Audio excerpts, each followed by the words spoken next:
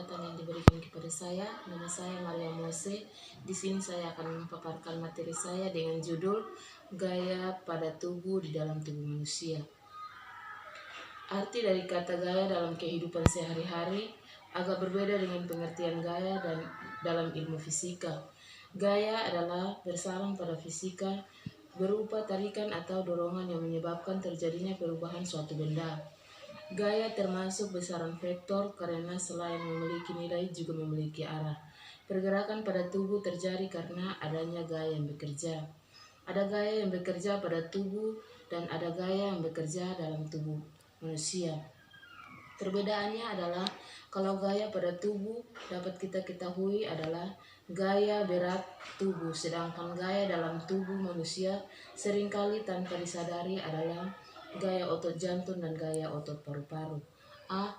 Sejarah gaya. Aristoteles dan pengikutnya meyakini bahwa keadaan alami objek di bumi tak bergerak dan bahwasannya objek-objek tersebut cenderung ke dalam arah tersebut jika dibiarkan begitu saja. Aristoteles membedakan antara kecenderungan bawaan objek untuk menemukan tempat alami. Mereka misalnya benda berat jatuh yang menuju gerakan alami dan alami atau gerakan yang terpaksa yang memerlukan peradaban kontinu gaya. Namun gaya teori ini meskipun berdasarkan pengalaman sehari-hari, bagaimana objek bergerak misalnya kuda dan pendanti, memiliki kesulitan perhitungan yang menjengkelkan untuk menyelidiki semisal penerbangan panah.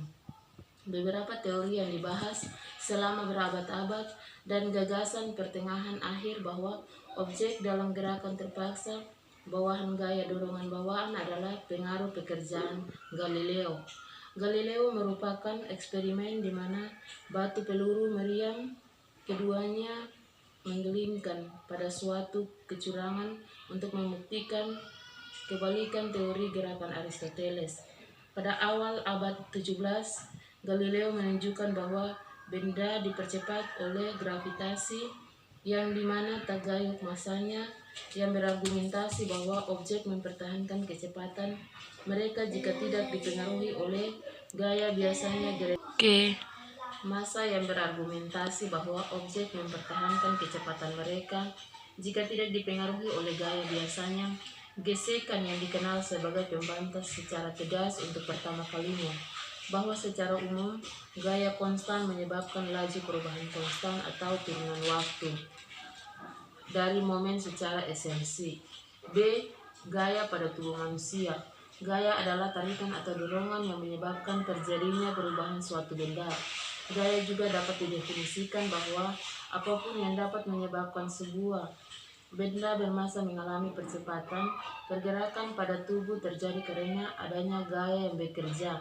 Gaya bekerja pada tubuh adalah gaya berat tubuh dan gaya yang bekerja di dalam tubuh adalah gaya otot dan gaya otot paru-paru.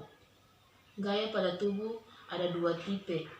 Yang pertama, gaya pada tubuh dalam keadaan statis. Yang kedua, gaya pada tubuh dalam keadaan dinamis. C. Analisa gaya dan kegunaan klinis. 1. Analisa gaya. Gaya adalah besaran fisik yang menyebabkan suatu benda bergerak. Relaksasi teknis untuk menghitung gaya-gaya pada benda dalam keseimbangan dapat juga diterapkan pada tubuh manusia.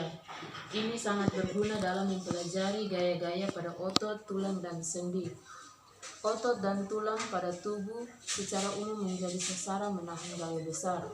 Gaya yang bekerja pada suatu benda atau gaya tubuh manusia terbagi atas 3. 1. Gaya horizontal. Contoh dalam aplikasi kebidanan adalah bantuan dorongan yang dilakukan pada perut ibu pada saat memberi bantuan melahirkan. Yang kedua, gaya vertikal. Yang ketiga, gaya yang membentuk sudut. Contoh saat menarik sekret. D. Jenis gaya.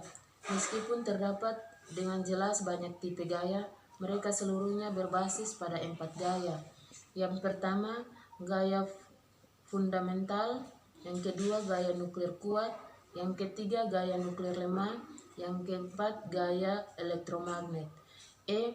aplikasi gaya dalam dunia kesehatan atau kegunaan klinis. 1. Gaya berat tubuh dan posisi duduk yang menyehatkan tulang belakang.